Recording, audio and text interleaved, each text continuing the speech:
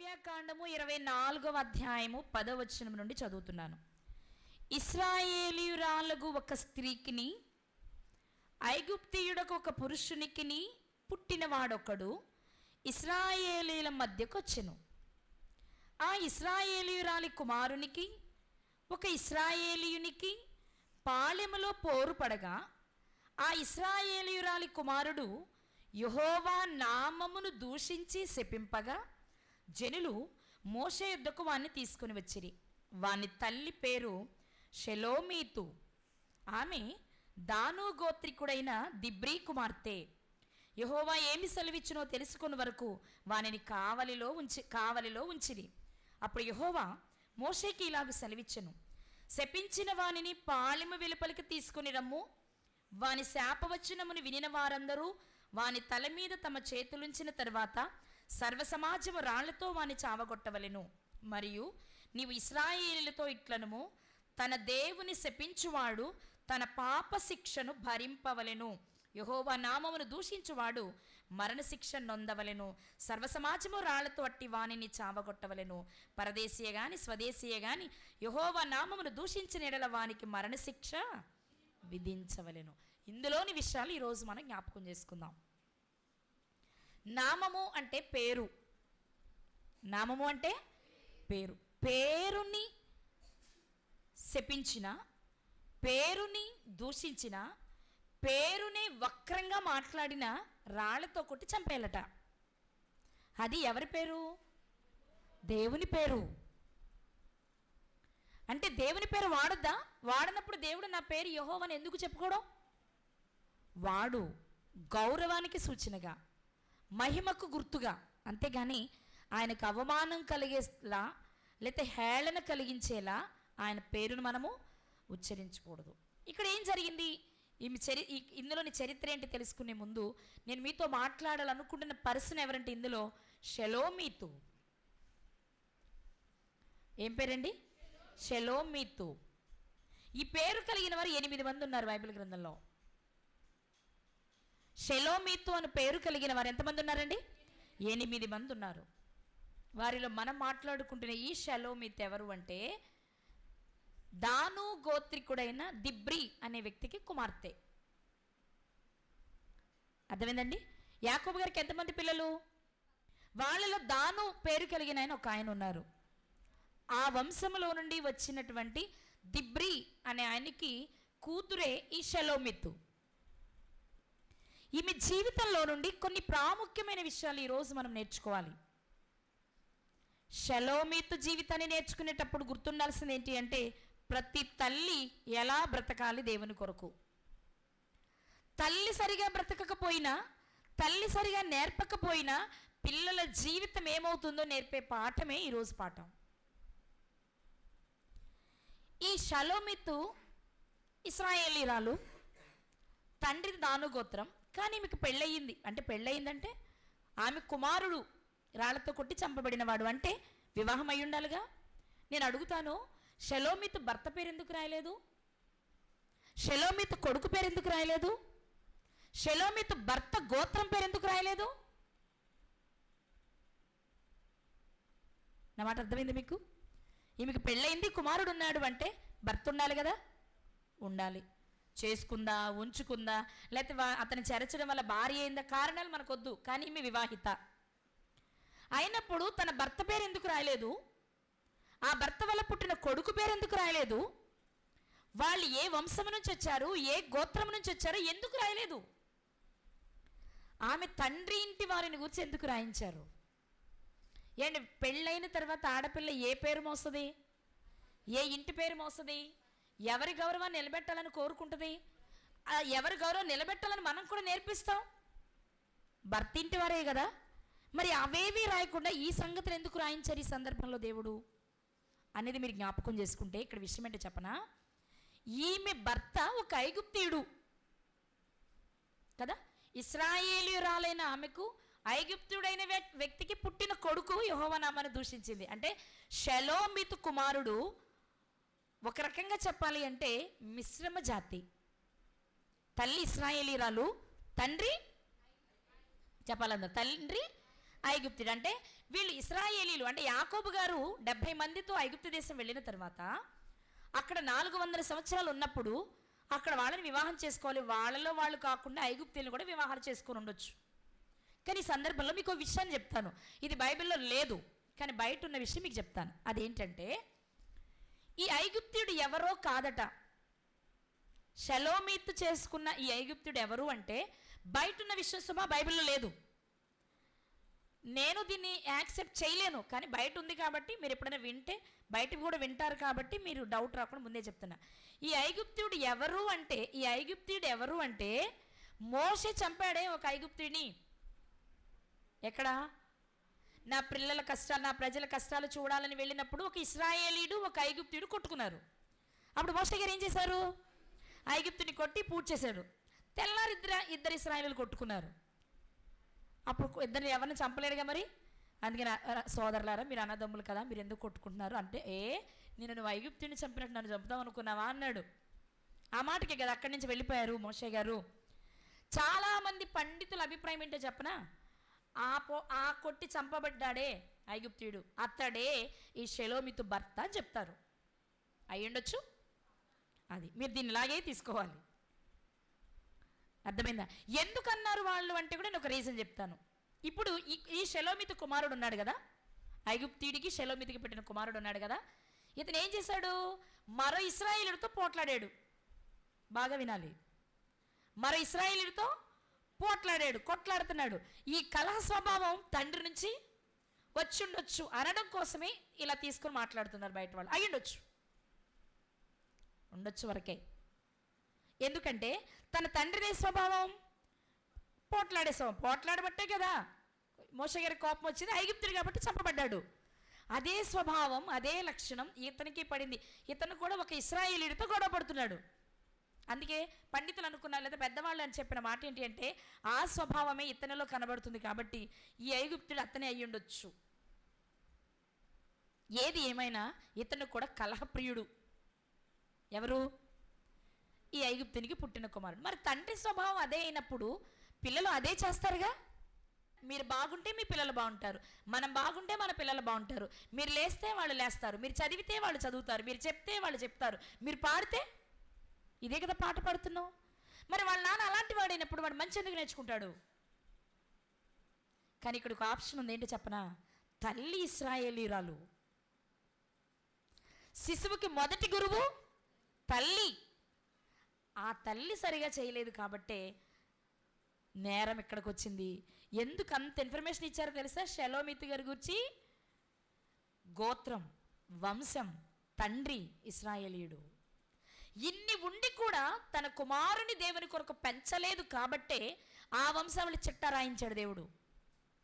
అతను ఐగుప్తుడు అయినప్పుడు ఐగుప్తునిలో నుంచి వచ్చిన వారు, అది ఏ గోత్రమైనా ఐగుప్తుడు అంటే అన్యుడు కాబట్టి అతను నేర్పడానికి ఛాన్స్ లేదు. అందుకే కదండి తిమోతి గారి తల్లిని అవ్వని మనం మెచ్చుకునేది, తీతు గారి తల్లిని అవ్వని మెచ్చుకునేది. అందుకు కాదా? తీతు ఒక అన్యుడు, తిమోతి ఒక అన్యుడు, కానీ తల్లులు ఇశ్రాయేలీలు పెంచారు కాబట్టి శబాష్ అన్నారు వాళ్ళని. ఈరోజు షెలోమితు గారి జీవితాన్ని నేర్చుకునేటప్పుడు ఎందుకు అనలేము అంటే ఒక ఇశ్రాయేలీయురాలై ఉండి కుమారుణ్ణి దేవుని కొరకు పెంచలేకపోయింది. బాల్యములు గర్భములో ఉన్నప్పుడే దేవుని గురించి చెప్పుంటే తప్పకుండా వాడు పోట్లాట మరి అయ్యేవాడు కాదు. కాదా? అవునా?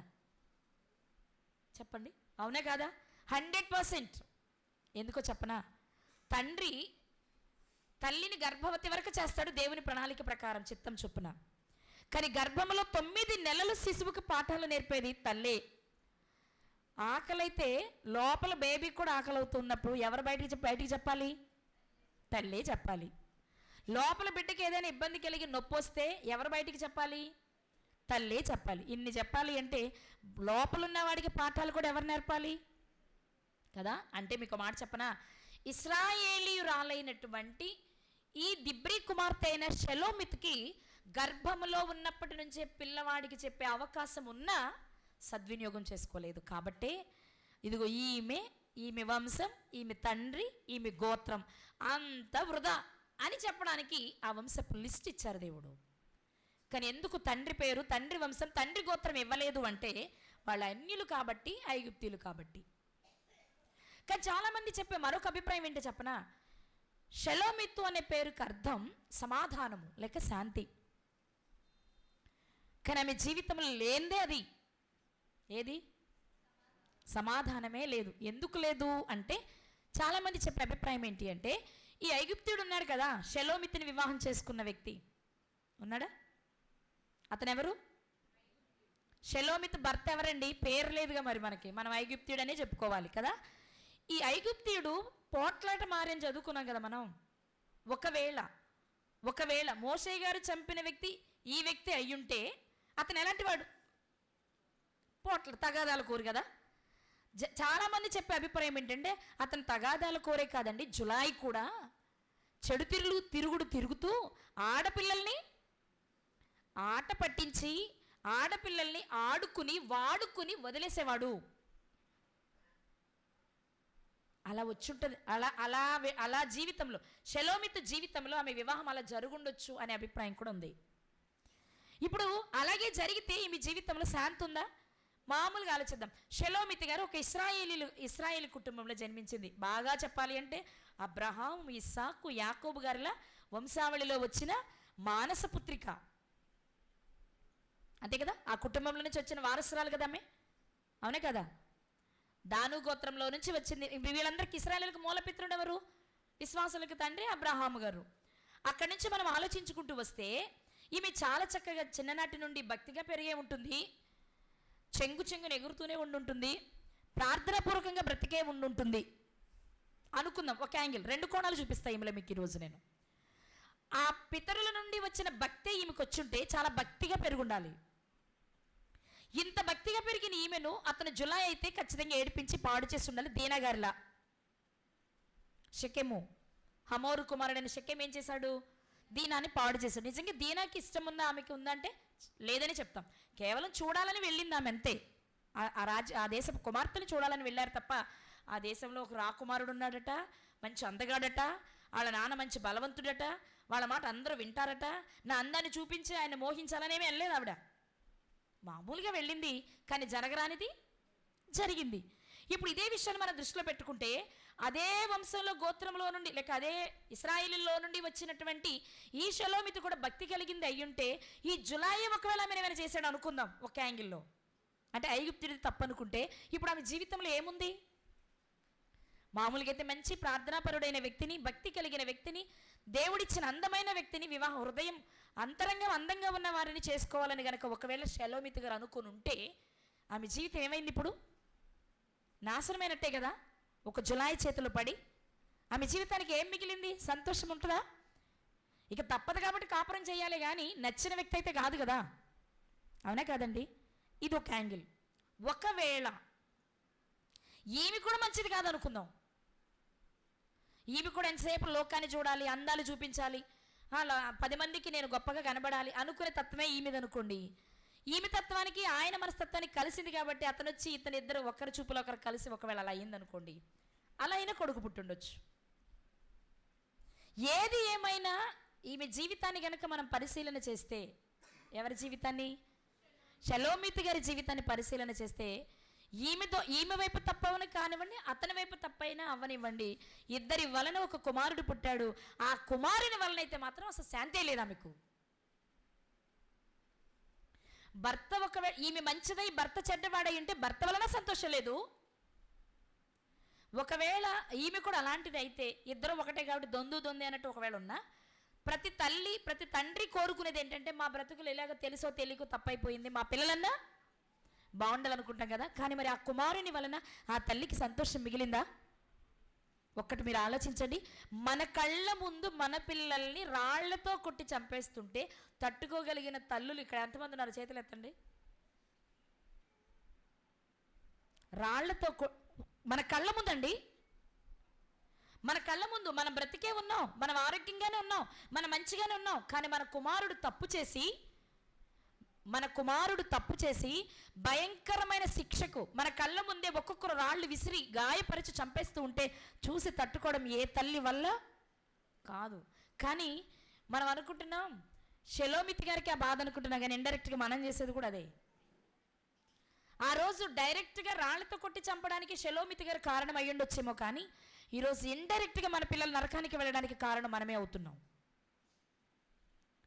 వాక్యాన్ని నేర్పక, వాక్యాల్లో పెంచక, వాడు వాక్యంలో పెరగకపోతే నరకానికి వెళ్తాడని మనకు తెలీదా? తెలియదని మీకు తెలియదు ఇక్కడ ఉన్న వాళ్ళకి. మరి తెలిసి మీరెంత పెంచుతున్నారు? పెంచట్లేదంటే జరిగేదేంటి? షెలోమీత్ చేసిందే మనం చేస్తున్నాం. షెలోమీత్ గారు చేసిన తప్పే మనం చేస్తున్నాం. పెంచలేదు సరిగా. ఒకవేళ తన స్వభావం ఎదగి ఉండొచ్చు, కానీ తాను పాలు పడుతూ, తాను గర్భంలో మోస్తూ పాలలాంటి వాక్యాన్ని, దేవుని మాటల్ని ఒకవేళ నేర్పించుంటే కొంతైనా మారేవాడు కాదంటారా? చెప్పండారా? మారడా? పునాది నువ్వు మంచిగా వేస్తుంటే మారడా? పునాదులు వేయలేని వారి పరిస్థితి మనం చెప్పలేం. వేయలేదు కాబట్టి వాడు ఎలా అయినా ఉండొచ్చేమో. కానీ పునాది వేసే అవకాశం ఉండి పునాదులు వేయని ప్రతి తల్లిదండ్రికి షెలోమితు చెప్తున్న మాట ఏంటో తెలుసా? నా బ్రతుకు చూడండి ఎలా అయ్యిందో. నా భర్త వలన కానీ, నా పిల్లల వలన కానీ ఏమాత్రం సంతోషం కానీ, సమాధానం లేని కానీ జీవితం నాది. బైబిల్ గ్రంథంలో నా పేరుంది, కానీ మంచిగా రాయబడింది కాదు. పరిశుద్ధ గ్రంథంలో పేరుండడం గొప్ప విషయమే, కానీ అది మంచికుంటే గొప్ప విషయం. చెడ్డవారికి, చెడిపోయిన వారికి సాదృశ్యంగా ఉండడం అనేది మంచి విషయం కాదు. మనం నేర్చుకోవాలి కాబట్టి దేవుడు రాయించనే కాదనట్లేదు. కానీ ఈరోజు మనం జ్ఞాపకం చేసుకోవాల్సిన ప్రాముఖ్యమైన విషయం ఏంటో తెలుసా? షెలోమితు జీవితం ఈరోజు ప్రతి తల్లికి ఒక పాఠం. చెప్తున్నానండి, చేస్తున్నానండి. షెలోమితు గారు కూడా అదే చెప్తారు. చాలా చెప్పానండి, నా అనుబుద్ధులు ఏం చేయను ఆవిడ అంటుంది. అదే నిలబెట్టి ఒకవేళ బయటకు పిలిచి వేళ, షెలోమితు గారు ఒకసారి మీ చిన్ననాటి మీ అబ్బాయి చిన్నప్పుడు మీరు ఎలా పెంచారో చెప్పండి అని కనుక మైక్ పెడతా అని చెప్పేదేంటి? నేను చాలాసార్లు చెప్పానండి, వాడు వినలేదండి అంటది. నువ్వు చెప్పవలసినట్టు చెప్తే తప్పకుండా వినరా? మనకి బెస్ట్ ఎగ్జాంపుల్ ఏలీ గారు. నాయనలారా, దేవాలయంలోనికి వచ్చిన వారిని మీరు చేర్చడం మంచిది అన్నారా లేదా ఆయన? కానీ దేవుడేమన్నారు? ఆయన తన పిల్లలకు నేర్పకుండా కొవ్వబెట్టాడంటే అర్థం ఏంటో తెలుసా? చెప్పవలసిన స్థాయిలో చెప్పలేదు. నాలంటి వాళ్ళు నీళ్ళంటి వాళ్ళు తిట్టినప్పుడు చెప్తాను చూడు, ఆ టైప్లో చెప్పుంటారు ఏలీ గారు. ఏమండి ఏలీ గారు, మీరు యాజకులు కదండి, మీ పిల్లలు ఏంటండి అలా ఉన్నారు? ఎలా ఉన్నారు నాయన? మారతాళ్లే టైం వచ్చినప్పుడు, నేను కూడా మాట చెప్తాలే. వరే బాబు, అందరూ మీ గురించి ఎలాగే మాట్లాడుకుంటున్నారా, మారండ్రా. ఎలా చెప్తున్నారు? చెప్పే విధానంలో తేడా మీరు గమనించాలి. ఏలీ గారు తన కుమారుల దగ్గరికి వెళ్ళి, హోప్ని ఫినెహాసుల దగ్గరికి వెళ్ళి, అరే బాబు, అందరి కళ్ళు మీ మీదే ఉన్నారా బాబు, కాస్త మారొచ్చుగా. నేను చూస్తే యాజకుడిని, మీరు చూస్తే వ్యభిచారులు, బాలేదు, అందరూ మిమ్మల్ని అనుకుంటున్నారు కానీ కొంచెం మారు అనడం కంటే, ఇది తప్పు, ఇది చేస్తే నరకానికి వెళ్తావు, నీ వెనుక నీ వాళ్ళు ఈ నిందను భరించాలి, ఈ యాంగిల్ చెప్తే వినడా? చెప్పాలి మీరు. అంటే అందరికీ ఒకే రకమైన ట్రీట్మెంట్ పనిచేయదు, కానీ ఏది అవసరమో అదే. అవునే కదండి. ఇప్పుడు షుగర్ వాళ్ళు ఉన్నారు, అందరికీ టాబ్లెట్టే పనిచేస్తుందా? చేస్తే 17 సంవత్సరాల నుంచి నేను చేతులు గుచ్చుకోవాల్సిన అవసరం ఉండేది కాదు. ఒకటి కాదు, 17. అప్పుడే వచ్చిందనుకోండి హాఫ్ టాబ్లెట్ ఇస్తారు, కొంచెం 4 ఏళ్ళు పోయిందనుకోండి ఫుల్ టాబ్లెట్ ఇస్తారు, ఇంకా పెరిగిందనుకోండి 1.5 ఇస్తారు, 1.5 వేసుకోమంటారు, ఇంకా పెరిగిందనుకోండి 10 పాయింట్లు ఇన్సులిన్ ఇస్తారు, ఆ తర్వాత 15, ఆ తర్వాత 20, ఆ తర్వాత 30, ఆ తర్వాత 35, ఆ తర్వాత 40, ఆ తర్వాత అందులో లేదు, ఇక ఉన్నదే 40 పాయింట్లు. ఇక నువ్వు చేసుకోవాలంటే మళ్ళీ 2వ రౌండ్ ఎక్కించుకోవాలి. ఎందుకలా? స్టార్టింగే 40 ఇవ్వరు, అర్థమైందా? స్టార్టింగే 40 ఇవ్వరు. అలాని ఆ ట్యాబ్లెట్ సరిపోద్ది అనుకుంటే వీడి ప్రాణం మీదకి వస్తుంది. ఏం జరుగుతుందండి? ప్రాణం మీదకి వస్తుంది. అంటే ఏం చేయాలి? వాడి బాడీలో ఉన్న ఇన్సులిన్ చూసి టెస్ట్ చేసి ఎంత మోతాదు ఇస్తే సరిపోతుందో అది ఇస్తేనే వాడు బాగుపడతాడు, కంట్రోల్లో ఉంటుంది షుగర్. ఏలీ గారు చేసింది ఏంటి మరి? ఆల్రెడీ అది ఇన్సులిన్ స్టేజ్లో ఉంటే ట్యాబ్లెట్ మొక్కిచ్చారు, పైగా అది 1.5 కూడా కాదు, మొక్కిచ్చారు. ఎలా సెట్ అవుతాడు? అవ్వలేదు. అదే జరిగింది షలోమితు గారి జీవితంలో. అదే జరిగింది. దేవుడు కొన్ని సందర్భాలు మాట్లాడే మాటలండి ఆ కోణంలో ఆలోచించకపోతే అర్థం కాదు మనకి. ఇక్కడ షలోమితు గారిని చెప్తున్నప్పుడు ఒక ఇశ్రాయేలీడికి ఒక ఐగుప్తుడిగానే మొదలు పెట్టారు కదా, అలాగే ముగించేయచ్చుగా. మళ్ళీ ఆవిడ పేరు రాయాలా? పోరి రాశాడే అనుకుందాం, రాయించారే అనుకుందాం.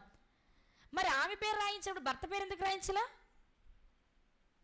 ఆమె తండ్రి పేరు రాయించినప్పుడు భర్త తండ్రి పేరు ఎందుకు రాయించలా? గోత్రం పేరు ఎందుకు రాయించలా? అంటే ఇక్కడ అవసరం ఏది? అన్నీ తెలిసిన నీవే చెయ్యకపోతే అనేది నేర్పాలి ఈరోజు మనకంటే. ఆమె పేరే రాయాలి, ఆమె గోత్రం రాయాలి, తండ్రి గోత్రమే రాయాలి. మీరు గమనించినట్లయితే ఈ ఇశ్రాయేలీరాలకి పుట్టినటువంటి ఇతని ఈ కుమారుడు పోరు సలిపాడు, పోట్లాట మారి తగాదాల కోరు. పోని గొడవాడితే ఆడాడండి. ఏం చేశాడు? గొడవాడితే ఆడాడు. అక్కడ చేసిన మిస్టేక్ ఏంటో తెలుసా? ఎందుకు అసలు ఆయన నామం ఎందుకు వచ్చింది మీరు ఆలోచించాలి. ఇప్పుడు ఇక్కడ మనం నా వైపు చూస్తున్నారు మీరంతా. పోట్లాడుకున్నారు ఇద్దరు వ్యక్తులు, తిడితే వీళ్ళిద్దరు తిట్టుకోవాలి, కొట్టుకుంటే వీళ్ళిద్దరు కొట్టుకోవాలి, బూతులాడితే ఎక్కడున్నారా వీళ్ళిద్దరు ఆడుకోవాలి. మాట్లాడుతూ మాట్లాడుతూ మాట్లాడుతూ మధ్యలో ఎవరిని తెచ్చారు అంటే మీరు ఇక్కడ గుర్తించాల్సింది ఏంటో తెలుసా? నువ్వు పోట్లాడి చెడ్డవాడిగా బ్రతికినా నీతో పాటు నీ తల్లిదండ్రులతో పాటు నీ దేవునికి కూడా మాట కదా.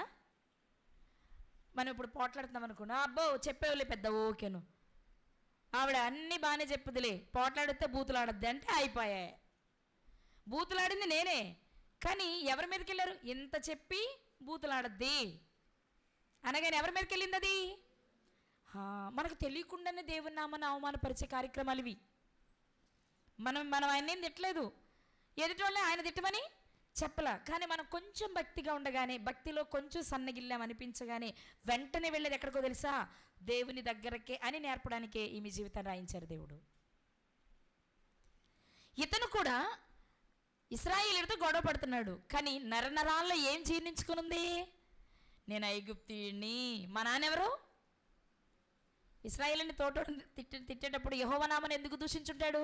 మీ దేవుడు పెద్ద గొప్ప అన్నావుగా, మీ దేవుడు పెద్ద గొప్ప అన్నావుగా. అంత గొప్ప దేవుడు అయితే ఆ గొప్ప దేవుని కలిగిన నువ్వెందుకురా నాతో పోట్లాడుతున్నావు? వాళ్ళమ్మ అదే, కానీ అది పక్కన పెట్టేశారు కాసేపు. ఇప్పుడు ఏ పార్టీలో చేరాడు? నాన్న పార్టీ. మన పిల్లలు కూడా అంతే. మనం ఖండించామనుకోండి అమ్మలు, నాన్న పోన్లేవే ఎందుకు బద్దాక పిల్ల మీద అలా పడతావు అనగానే వెంటనే పార్టీ మార్చేస్తాం. ఎందుకని? మన నాన్న తిట్టాడు మనల్ని, చదవపోయినా ఏమనడు. అదే నాన్న తిట్టి అమ్మ వెనకేసుకొస్తుంది అనుకో, మన పార్టీ ఇప్పుడు మారిపోద్ది. ఎందులోకి వచ్చేస్తాం? అమ్మ పార్టీలోకి వచ్చేస్తాం. మనకి ఎవరు కావాలి? ఖండించేవారు వద్దు, సరిచేసేవారు వద్దు. మీ అందరికీ తెలిసిన ఎగ్జాంపుల్ చెప్తాను. ఒక అందమైన నగ నీ మెడలోనో నీ చేతుల్లోనో నీ ఒంటి మీదకి రావాలి అంటే అది ఖచ్చితంగా కంసాలి చేతిలోని వేడి అగ్ని నుండి బయటకు రావాలి. ముందు బంగారపు ముక్క, బెళ్ళ దాన్ని ఏమంటారు, రేకు లాంటివి తీసుకుంటారు. అసలు ముందైతే ఇంకా మరి అందులో అన్ని మలినాలు కలిసే ఉంటుంది రా మెటీరియల్. దాన్ని కరిగించి ఒరిజినల్ తీయాలి అన్నా అగ్నిలో వేయాల్సిందే. ఒక అందమైన డిజైన్ తయారు చేయాలి అన్నా అగ్నిలో వేయాల్సిందే. అమ్మో ఈ యజ్ఞ నేనెక్కడ, నా వల్ల ఎక్కడ అని గనక అనుకుంటే ఒక అందమైన నగగది తయారు అవ్వలేదు.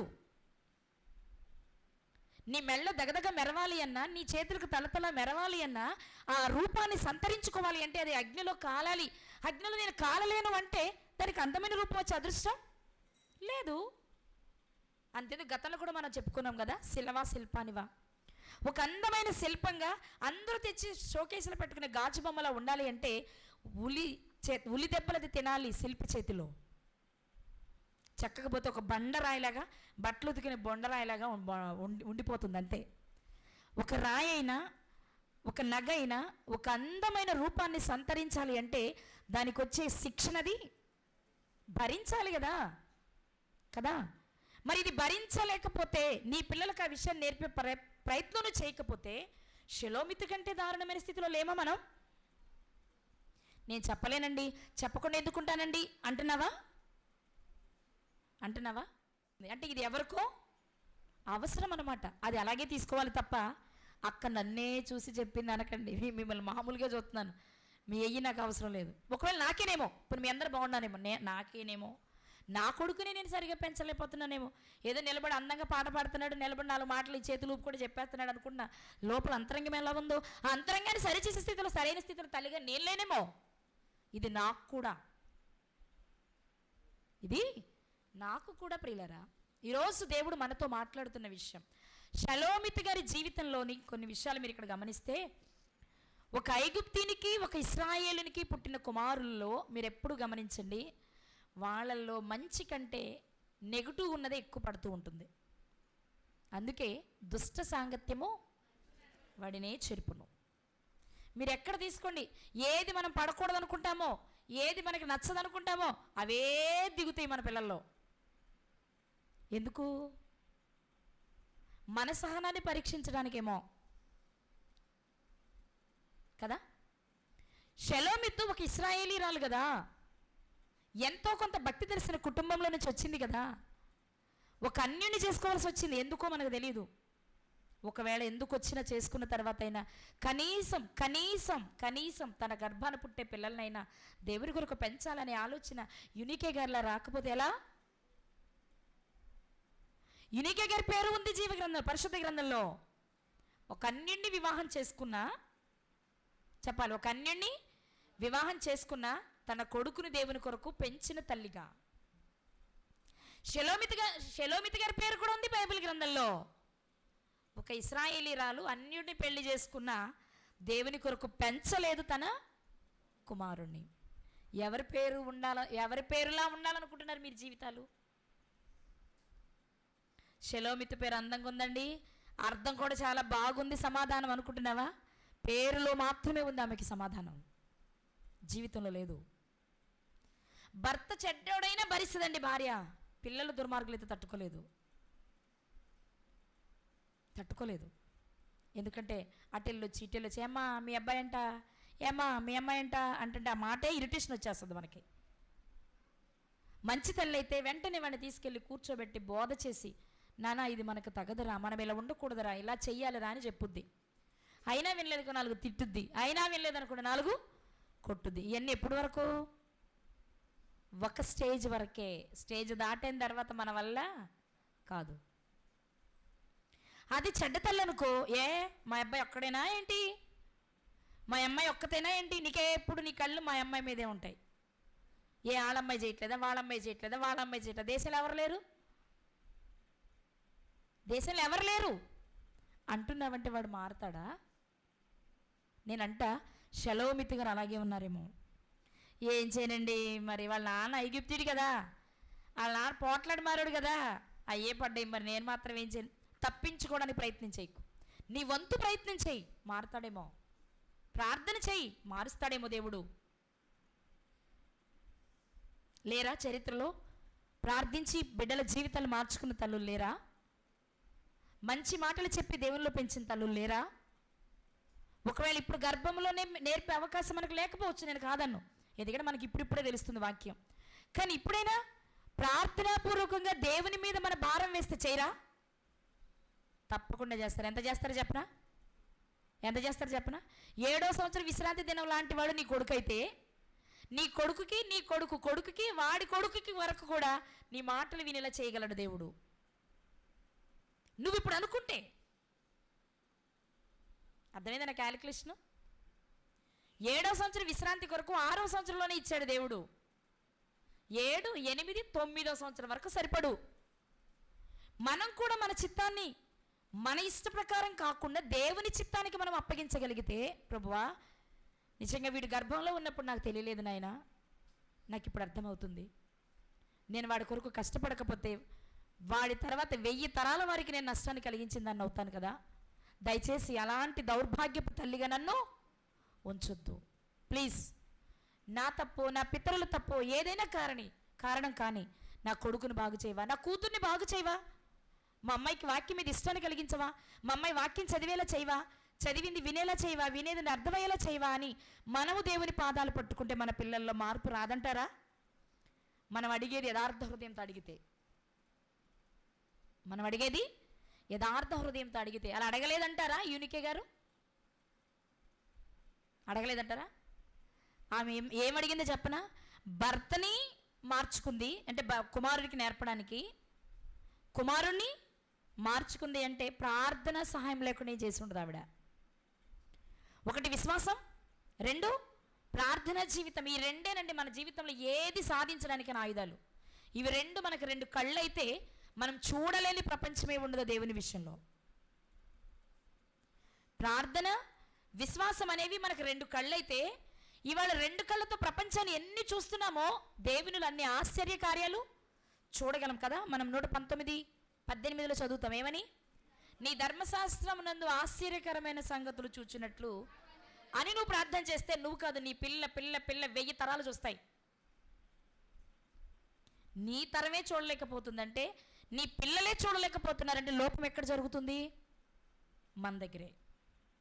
అలానే పిల్లలు మంచోళ్ళు అన్నాం, ఎంత మొత్తుకున్నా వినరు. కొంతమంది వాళ్ళు ఏమంటారు? కఠినంగా ఉంటారు, మొండి పిండాలు అంటారు, గట్టి పిండాలు అంటారు చూసారా, ఆ టైప్ అనమాట. ఎంత చెప్పు చెల్లించరు. కానీ నువ్వు చెప్పితే చెల్లించకపోవచ్చు, కానీ దేవుడు అనుకుంటే చెల్లించకపోవడం అంటే ఏమీ ఉండదు కదా. ఇక్కడ మీరు ఆలోచించండి, ఈ తల్లి చేసిన మిస్టేక్ మనం చేయకూడదని మధ్యాహ్నం దేవుడు మనకు నేర్పిస్తున్న విషయం. ఇక్కడ కూర్చున్న మనం కూడా క్రైస్తవ కుటుంబాల్లో పుట్టిన వాళ్ళమేగా. ఏదైనా సత్యమా సత్యం కాదా తర్వాత పక్కన పెడితే, అసలు చిన్నప్పటి నుంచి సండే స్కూల్కి వెళ్ళిన అలవాటే, యూత్ మీటింగ్లకి వెళ్ళిన అలవాటే, ఎక్కడ మీటింగులు జరిగితే అక్కడ పరుగులు ఎత్తిన అలవాటే, రోజు బైబిల్ చదువుకునే అలవాటే, ప్రార్థన చేసుకునే అలవాటే ఉన్నవాళ్ళమేగా. మరి మన పిల్లలు ఎందుకు దేవుళ్ళని పెంచలేకపోతున్నాం? మన పిల్లల్ని ఎందుకు దేవుని కొరకు పురికొల్పలేకపోతున్నాం? వాక్యం దగ్గరికి తీసుకొచ్చేటప్పటికి ఎన్ని లక్ష కారణాలు కనపడుతున్నాయి కదా మనకి, కాదా? ఈరోజే బాగాలేదంటావు, ఈరోజే ఏదో ఎగ్జామ్ అంటావు, ఈరోజే స్కూల్ పెట్టారంటావు, ఈరోజే లెగలేదంటావు. ఇవన్నీ కారణాలు ఎవరు చెప్పేది? మనమే. అరే ఎన్నున్నా నువ్వేది మానవు, ఇది కూడా మానడానికి వీలు లేదు అని చెప్పగలవా? చెప్పగలవా? బాగాలేదండి పిల్లోడు, బాగలేదు, టిఫిన్ పెట్టడం మానేస్తామా? భోజనం పెట్టడం మానేస్తామా? ఆడి మధ్యలో కాసేపు అమ్మ నాకేం తోయట్లేదమ్మ కాసేపు బొమ్మలు పెట్టమ్మా అంటాడు. వెంటనే ఏం పెడతావు? టీవీ. ఒకవేళ టీవీ లేని, ఇప్పుడు మీలో చాలామంది మా ఇంట్లో టీవీ లేదండి అని, మీ ఇంట్లో టీవీ లేదు కానీ మీ అరచేతిలో ఫోన్ ఉంది, ఇది ఇచ్చేస్తావు. ఏమని? సర్లేదా విసిగించుకుంటూ కాసేపే చూడు, మళ్ళీ నాన్న తిడతాడు, కాసేపు చూసి మళ్ళీ నాది నాకు ఇచ్చేయి. ఇప్పుడు హృదయపూర్వకంగా చెప్పండి, ఇక్కడ ఎంతమంది షలోమితులు ఉన్నారు? ఎవ్వరు లేరా? వెరీ గుడ్, క్లాప్స్ కొట్టిస్తా. నాకు తెలిసి 90% అందులోనే ఉన్నాం. అందుకే నాకు తెలిసి 90%. మీకు తెలిసి ఏమీ లేదా? మీకు తెలిసి మీ అంతరాత్మకు తెలియదు, మీకు తెలీదు. నన్ను మోసం చేస్తారు, దేవుని మోసం చేయగలరా? చేయలేం. నేను అంటాను, మన వంతు ప్రయత్నం మనం చేస్తే ఏదో ఒకరోజు ఫలితాన్ని తప్పకుండా చూస్తాం. మరి ఎందుకు చూడలేకపోతున్నావు? చూసిన చెడ్డ ఫలితాన్ని ఎందుకు చూస్తున్నావు? లోపం. చెప్పాలి, లోపం మనదే మనదే మనదే. కానీ రేపన్న రోజు వాడు నరకానికి వెళ్తే ఒక తల్లిగా నువ్వు తట్టుకోగలవా? ఈరోజు వాడు కడుపు నిండా అన్నం పెట్టలేకపోతేనే మనం బాధపడిపోతున్నాం కదా, మంచి విద్యను అందించలేకపోతేనే మనం బాధపడిపోతున్నాం కదా. పడట్లేదా? పడుతున్నాం కదా. మరి వాడు రేపు నరకానికి వెళ్తే నువ్వు సంతోషంగా ఉంటావా? ఉంటున్నావు. ఎందుకంటే కనబడట్లా, ఇది చూసే దృష్టి మనకు రాలే. ఇంకా మన పిల్లవాడి భవిష్యత్తు, ఆధ్యాత్మికంగా వాడు వెళ్ళే చోటుని చూడడం తల్లిదండ్రులుగా మనకింకా చూపు రాలా. అందుకే మనం అది గుర్తించలేక ఏవేవో కహానీలు చెప్పేస్తున్నాం. కానీ ఈరోజు దేవుడు షలోమితి గారిని మన ముందు పెట్టారు. ఏమన్నా తెలుసా? ఆమెను చూడొకసారి. ఇప్పుడు మీరు షలోమితి గారి గురించి ఆలోచించండి. ఆమెకు ఆ సమాజంలో ఏదైనా మంచి పేరు ఉంటుందా? తన కళ్ళ ముందు తన కుమారుని రాళ్లతో కొట్టి చంపేస్తున్నారు కదా. కారణం ఏంటి? దేవుని నామాన్ని, అంటే దేవుని గొప్పతనాన్ని కుమారునికి చెప్పంది ఎవరు? చెప్పాలా వద్దామే? మీకు విషయం చెప్పనా? మొట్టమొదటి యెహోవా నామమును దూషించిన కేసే ఇది. అంతకుముందు ఎవరు దేవుని నామాన్ని దూషించిన చరిత్ర లేదు. అంతకుముందు దూషించిన చరిత్ర లేదు. మొట్టమొదటి కేసు ఇది. అందుకే ఏం చేయాలో అర్థం కాక మోషే గారి దగ్గర తీసుకొచ్చారు అందరూ. మనకు తెలుసు కదా, మోషే గారి దగ్గరకు వచ్చిందంటేనే అది జటిలమైన సమస్య అయితేనే. ప్రారంభంలో ఆయన అందరికీ న్యాయం తీర్చడానికి కూర్చున్నప్పుడు మా అమ్మగారు సలహా ఇచ్చారు. ఏమని? అన్నీ నీ దగ్గరకైతే నువ్వు ఎంతమంది నిలబడి ఎన్ని రోజులు తీరుస్తావు? 50 మందికి ఒక న్యాయాధిపతిని, 100 మందికి ఒక న్యాయాధిపతిని, 500 మందికి ఒక న్యాయాధిపతిని, 1000 మందికి ఒక న్యాయాధిపతిని పెట్టేసాయి. 50 మంది మీద తీరని సమస్య 100 మంది దగ్గరకు వస్తుంది. అక్కడ తీరకపోతే 1000 మంది దగ్గరికి వస్తుంది. అక్కడ తీరకపోతే నీ దగ్గరకు వస్తుంది మోషే అన్నారు. ఇప్పుడు మీరు చెప్పండి, షెలోమితు కొడుకు సమస్య మోషే గారి వరకు వచ్చిందంటే అర్థం ఏంటి? పెద్ద సమస్య. అవును, పెద్దదే. మరి అది తోటోని తిట్టడం కాదు, అది కొట్టుకునే వాళ్ళిద్దరు తిట్టుకోవడం కాదు, ఇది కొట్టుకునే వాళ్ళిద్దరి మధ్యలోకి దేవుని తెచ్చాడు. ఇప్పుడు ఏం చేయాలి? వీడికి విధించవలసిన శిక్ష ఏంటి? బాగా వినాలి మీరు ఒకసారి. వీడికి విధించవలసిన శిక్ష ఏంటి అని తెచ్చినప్పుడు ఆయన కూడా సొంత నిర్ణయం ఏం తీసుకోలేదు మోషే గారు. అరే, ఇంతవరకు మనకి సమస్య రాలేదు కదా, ఇదే మొదటిది, ఒకసారి దేవుని దగ్గర విచారణ చేసి కనుక్కుందాం, అప్పటి వరకు వీడిని కావల్లో ఉంచండి అన్నారు. కాపలా పెట్టారు, ప్రార్థన చేశారు మోషే గారు. ఏం చేయమంటారు ప్రభువా అని. దేవుడు చెప్పాడు, అసలు వాడి పేరు వినడమే నాకు ఇష్టం లేదు, అర్జెంటుకి వెళ్ళి రాళ్ళతో కొట్టి చంపేశాయి. ఏం చేయి? రాళ్లతో కొట్టి చంపేశాయి అన్నారు. వెంటనే మోషే గారు వచ్చారు, ఆ కుర్రవాడిని తీసుకురమ్మన్నారు, రాళ్లతో కొట్టి. ఏమండి, హేబేలు గారిని గురించి మనం నేర్చుకునేటప్పుడు చాలా సంతోషంగా నేర్చుకుంటాం. దేవుని కొరకు మొదటిగా మరణించిన హతసాక్షి, పరదేశకు వెళ్ళిన మొదటి వీరుడు. అవునా? మరి షెలోమితు కుమారుడు గురించి ఏం చెప్పగలం? సంబంధం లేకపోయినా దేవుణ్ణి తెచ్చి, దేవుణ్ణి ఇరికించి, దేవుని చేత శాపాన్ని పొంది, కళ్ళ ఎదుట తల్లి బ్రతుకుండగా కొడుకు రాళ్లతో కొట్టి ఒక దేవుణ్ణి దూషించిన వ్యక్తిగా, సమాజంలో ఒక చెడ్డ వ్యక్తిగా మరణించడం అనేది ఏ తల్లి తట్టుకోలేదు. వాడు మారాలనే కోరుకుంటుంది, కానీ మారడానికి అవకాశం ఉందా షెలోమితు కుమారునికి? ఎందుకు లేదు? వాని పాపాల చిట్ట ముదిరింది. తోటివాడినో సహోదరుని వరకే ఏదైనా అంటే బాగుండేదేమో. ఎక్కడి వరకు తీసుకెళ్ళాడు? ఎందుకు తీసుకెళ్ళాడు? మీ దేవుడు పెద్ద గొప్ప అంటారుగా. మేమంటే ఐగుప్తీయులే, మా నాన్న ఐగుప్తీయులే, మేము అన్ని దేవతను ఆరాధించేవాళ్ళంలే. నువ్వు ఇశ్రాయేలుడుగా, మీ దేవుడు గొప్పోడుగా. అలాంటి గొప్ప దేవునికి నువ్వు చేసేది ఏంటి? ఆ దేవుడే కనుక గొప్పోడైతే నువ్వు ఇలా ఎందుకుంటావు అన్నాడేమో. ఆ నామాన్ని దూషించడం అంటే ఏదో కాని మాటే పలికాడు. ఫలితం ఏమైంది? ఇప్పుడు చెప్పండి. ఇశ్రాయేలు సర్వసమాజం వచ్చేసి ఉంటుంది.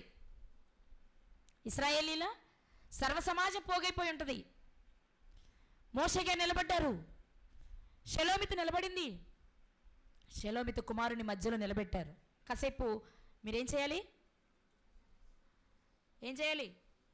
షెలోమితు ప్లేస్లో మిమ్మల్ని పెట్టుకొని, షెలోమితు గారి కుమారుడి ప్లేస్లో మీ పిల్లల్ని పెట్టుకొని, మోషే గారి ప్లేస్లో యేసుక్రీస్తు వారిని పెట్టుకొని ఇప్పుడు ఊహించండి. అప్పుడు మీకు కథ అర్థమవుతుంది. ఏమా షెలోమితు? ఏంటయ్యా? మోషే గారు పిలిచారు. అయ్యా చెప్పండి అయ్యా. వీడి కుమారుడేనా? అవునయ్యా. మరి వాడు దేవుని దూషించాడట కదా, నిజమేనా అంటున్నాడయ్యా. ఎరా, నిజంగా నువ్వు దూషించావా? దూషించాను. ఏంటి అంత పొగరగానే ఉంటారు? పోట్లాట మారేళ్ళకి అన్నాను. అయితే ఏంటంట? ఇలాగే ఉంటుంది వెర్షను. అనుండొచ్చు, అనుకుపోవచ్చులే. అంటే అంత పరిస్థితి వచ్చిందంటే అలాగే ఉండుంటాడు. లేదంటే అక్కడ పశ్చాత్తాపడి బ్రతిమలాడు ఉంటే దేవుడు తప్పకుండా క్షమించడానికి అవకాశం. ఎందుకంటే మొదటి కేసుగా ఓకే ఇది మొదటిది కాబట్టి క్షమిస్తున్నా, ఇంకెవరైనా ఇలా చేస్తే అనేవాళ్ళేమో అనుకుందాం కాసేపు. అన్నాను. అయితే ఏంటంట? అనకూడదా? కాదా అనుంటాడేమో. ఇప్పుడమ్మా చేసేదేం లేదు, దేవుడు సెలవిచ్చాడు, నీ కొడుకుని రాళ్లతో కొట్టి. ఇప్పుడు తల్లిగా ఆమె ఏం చేస్తుంటుంది చెప్పండి? ఆ క్షణం ఒకవైపు భర్త గుర్తొచ్చి ఉంటాడు కదా, ఒకవైపు తల్లిదండ్రులు గుర్తొచ్చి ఉంటారు కదా, మరొకవైపు కళ్ళ ఎదుట కుమారుడు రాళ్ళ దెబ్బలకి సిద్ధమైపోతున్నాడు కదా. ఒక తల్లిగా బలహీనమైన ఘట్టం కదా స్త్రీ, ఎంత బాధపడి ఉంటుందండి. అయ్యో ఎందుకురా అలా చేసావు, ఎందుకురా అలా సమాధానం చెప్తున్నావు, అబ్బా చుట్టూ సమాజం మధ్యలో దేవుని గొప్పతనాన్ని చెప్పలేని ఒక బలహీనమైన తల్లిగా నన్ను నిలబెట్టేశావు కదా. నేనే గనక దేవుని గొప్పతనాన్ని నీకు చెప్పుంటే దేవుని నామాన్ని నువ్వు దూషించేవాడివి కాదు కదా. ఇలాంటి చావు నీకు వస్తుందని నేను ఊహించలేదురా. నీ ఈ రాళ్ల దెబ్బతో కూడిన చావుకు కారణం అని పశ్చాత్తాపడున్నదా? కానీ అవకాశం ఉందా చెప్పాలి? అవకాశం ఉందా? తోటకూర కాడనాడు ఏం జరిగింది కదా, మనం చాలాసార్లు చెప్పుకున్నమాట. కొడుకు తోటకూర కాడలు తెచ్చిన రోజే తల్లి ఇవెక్కడివిరా, ఏ తోటలు తెచ్చావు అని అడుగుంటే గజదొంగ అయ్యేవాడు కాదు, ఉరికంబానికి ఎక్కేవాడు కాదు. ఈరోజు ఇదే స్థితిలో చాలామంది తల్లులు ఉన్నాం. పిల్లలు అడిగినవన్నీ ఇస్తాం, ఇస్తారెవరా? కష్టమైనా 2 రోజులు లేట్ అయినా అడిగినవన్నీ చేస్తాం. ఎందుకో తెలుసా? వాళ్ళంటే మనకు చాలా ప్రేమ కదా. నిజం చెప్తున్నా, నిజంగా మీ పిల్లలంటే మీకు ప్రేమ ఉంటే మీ పిల్లలు నరకానికి వెళ్లకుండా చూసుకోవాలి. కానీ నరకానికి వెళ్ళిపోతున్నారని తెలిసి ఆ విషయాలు వదిలేసి శరీర సంబంధమైన ఒక డ్రెస్ అడిగితేనో, ఒక చదువుకు సంబంధించిన ఫీజు అడిగితేనో ఇస్తే నువ్వు మంచి తల్లివా? నువ్వు మంచి తండ్రివా? భక్తిహీనుడైన నీ కుమారుని బట్టి, లేక భక్తిహీనుడైన తండ్రిని బట్టి భార్య మాట్లాడకూడదు, లేకపోతే భక్తిహీనురాలైన తల్లిని బట్టి భర్త మాట్లాడకూడదు. వాళ్ళలో ఎవరు ఒకరు భక్తిహీనులైనా మరొకరు చేయాల్సిన పని ఏంటో తెలుసా? నా పిల్లల్ని నేను దేవుని కొరకు పెంచాలి, 1000 తరాల వారు మంచిగా ఉండాలి అంటే నేను ఒక స్టెప్ ముందుకి వెయ్యాలి. కానీ ఈరోజు తల్లిదండ్రులు దేవుని విషయం తప్ప అన్నిట్లో ఓకే కుమ్మక్కైపోతారు. దేవుని దగ్గరికి వస్తే మాత్రమే ఆయన్ని అడగండి, ఆమెను అడగండి. మరి మిగిలిన విషయాలు ఫర్ ఎగ్జాంపుల్ చెప్తా. మన అమ్మాయి ఎవరో ఒక అబ్బాయితో మాట్లాడుతుందని మనకు తెలిసింది. ఉండండి మా ఆయనకి చెప్తాను, ఆయన చూసుకుంటాడని అవుతావా? ఉంటావా? ఇంటికి వచ్చి దబదబా 2 పీకుతా. అసలు నిజమో కాదో కూడా తెలియపోయినా కొన్ని సందర్భాలు నిజం అవ్వదు కూడా.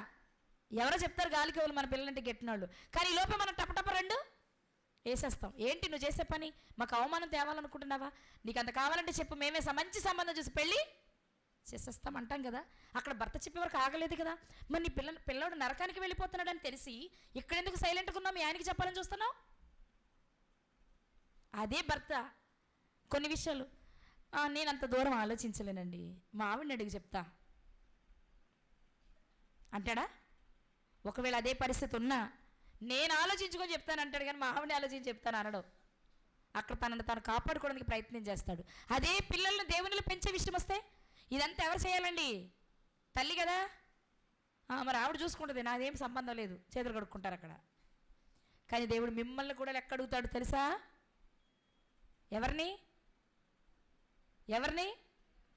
చెప్పాలి? ఎవరిని? వాళ్ళు ఎలాగో చెప్పలేరు, మీరనే చెప్పొచ్చుగా. తండ్రుల్ని, మిమ్మల్ని కూడా లెక్క అడుగుతారు. అవునా? తల్లిదండ్రులు ఇద్దరి బాధ్యత. అందుకే ఇద్దరు చాలా జాగ్రత్తగా పిల్లల్ని దేవుని కొరకు పెంచాలి. మరి ఇక్కడ ఐగుప్తుడి పేరు రాయలేదు కదా అంటారేమో. అతను ఒక ఐగుప్తుడు, అది ప్రారంభపు కాలం, ధర్మశాస్త్ర కాలం. అది కూడా ఇంకా పూర్తిగా ధర్మశాస్త్రం అమల్లోకి వచ్చిన కాలం కాదు. కానీ ఈరోజు అన్నీ అందుబాటులోకి వచ్చిన కాలం. దేవుడే ప్రేమించి తన మాటల్ని నీ దగ్గరకు పంపిస్తున్నా పెంచలేకపోతున్న షలోమితులు మనం ఈరోజు. అవును, నువ్వేది చేస్తావో అది చేయడానికే నీ పిల్లాడు పరిగెడతాడు కదా. అప్పుడు దేవుడు కానీ సమాజం కానీ ఏమంటారు తెలుసా? తల్లి ఎట్టిదో బిడ్డ అట్టిదే. అంటే ఈ వచనం తెలుసా? ఇర్మీయా గ్రంథంలో తల్లి ఎట్టిదో బిడ్డ అట్టిదే అని చెప్పుకునే కాలంలో బ్రతుకుతున్నాం. కానీ నేను అంటాను, ఆ మాట ఏదో దేవుని కొరకు చేయండి, నీకు అది కీర్తిని తెస్తుంది, దేవునికి మహిమను తెస్తుంది. అర్థమైందా? మొదటి కేసు వచ్చింది. ఈ కేసులో ఒక తల్లి పడిన వేదన ఈ మధ్యాహ్నం మీరు ఆలోచించగలిగితే అసలు ఎవ్వరు వాక్యం చదవడం మానరు, పిల్లల్ని దేవుని సన్నిధికి తీసుకురావడం మానరు. కానీ నరకాన్ని తప్పించుకోవాలని కోరిక కలిగిన వాళ్ళు తక్కువగా ఉన్నాం మనం. ఎందుకంటే అది కనబడట్ల మన కంటికి. ఎంతసేపు ఇక్కడ గౌరవంగా ఉండాలి, నా బిడ్డలు మంచి బట్టలు వేసుకోవాలి.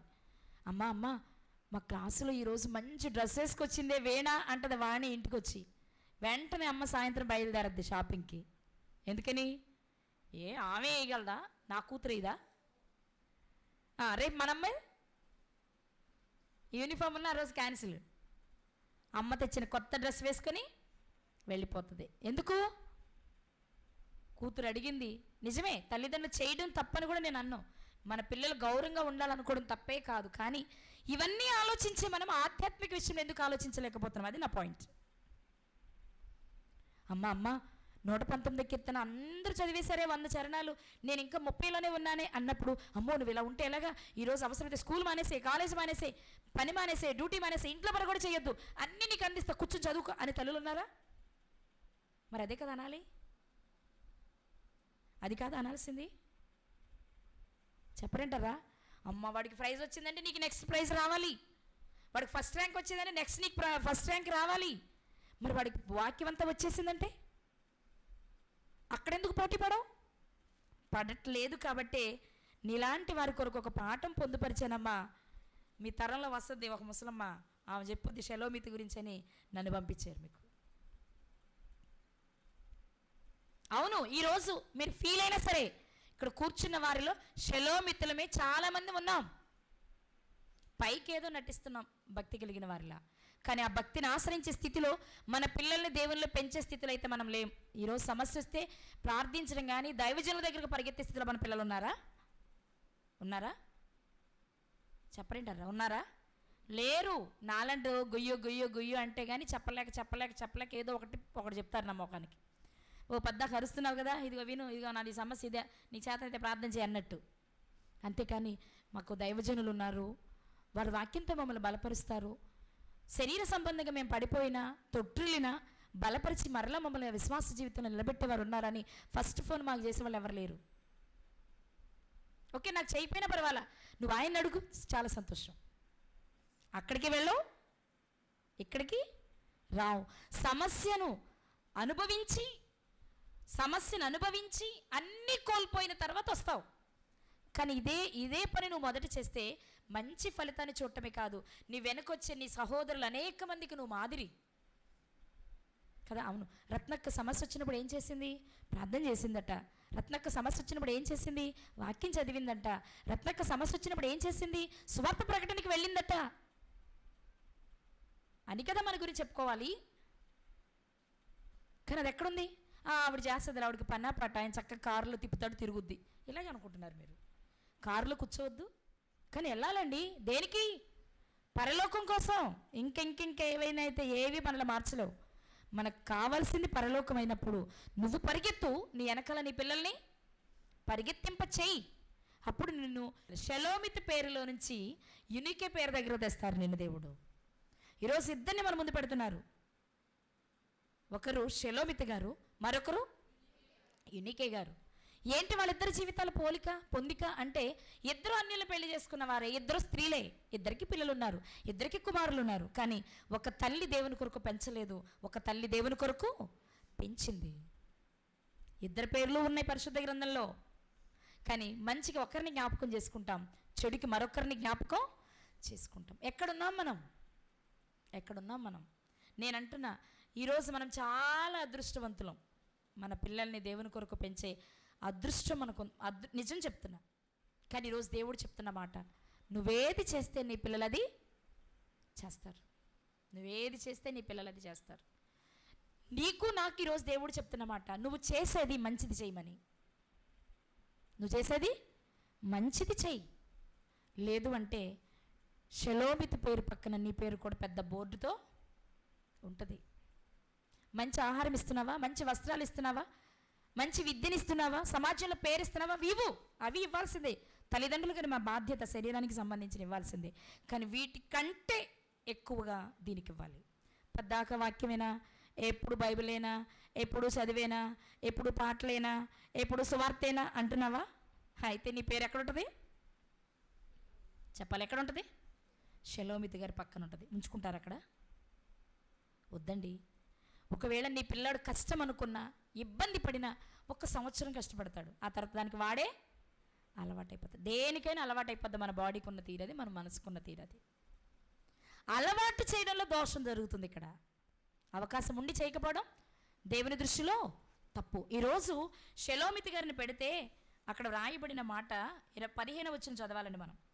మరియు నీవు ఇశ్రాయేలుతో ఇట్లనుము, తన దేవుని శపించువాడు తన పాప శిక్షను భరించాలి. అంటే ఎవరు చేసుకున్న దానికి వారు అనుభవించాలి.